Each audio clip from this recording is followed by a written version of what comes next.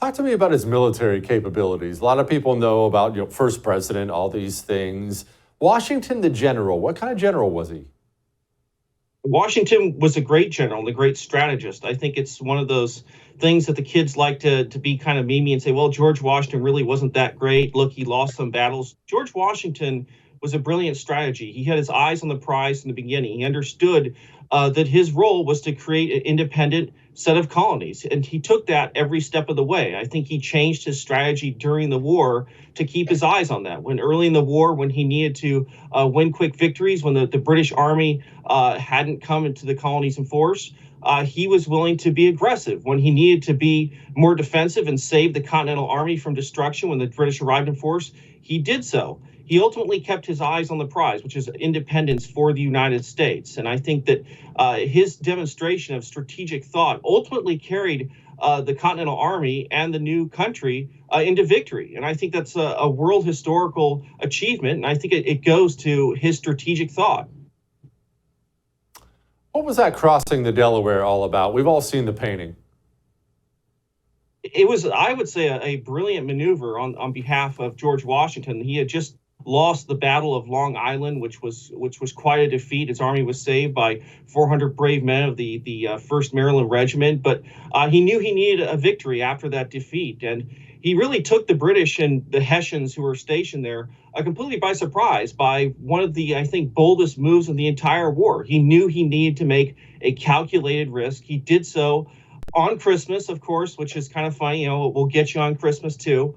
And he not only won the Battle of Trenton, but he followed that up with the Battle of Princeton. So he actually took the initiative after initially surprising the Hessians, who were not drunk, as many of the stories say. It was the Americans who were drunk after the victory, after the celebration, but really changed, I think, the tenor of the war, really put the Continental Army in a better position. I think also shored up a lot of support internationally, which would eventually bring the French into the war on the side of the newly formed United States. I think there was a major turnaround in a war that at that time was going south. What do you think our generals today could learn from George? I think they could learn a great deal from George. I think one of the follies of modernity is that we end up in conflicts in which there is no vision for what victory is or what it should even look like. I think that's the real genius behind George Washington is through all of his decisions that he made, he had a clear set of goals. He understood what victory would look like. And I think that oftentimes the way war is to Americans, we aren't really informed about what those goals are. We have a lot of people in high places who have honestly not had a lot of success in the upper ranks of the military. And I think that he would be, very much unhappy with the direction of things, especially after the latest conflicts have dragged on without success, without even a vision of what success looks like.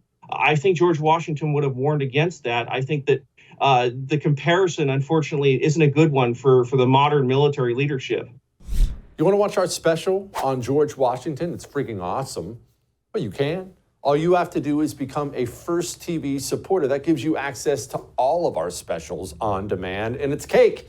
All you have to go to is thefirsttv.com/support. Thefirsttv.com/support. Become a supporter. Enjoy learning about George Washington.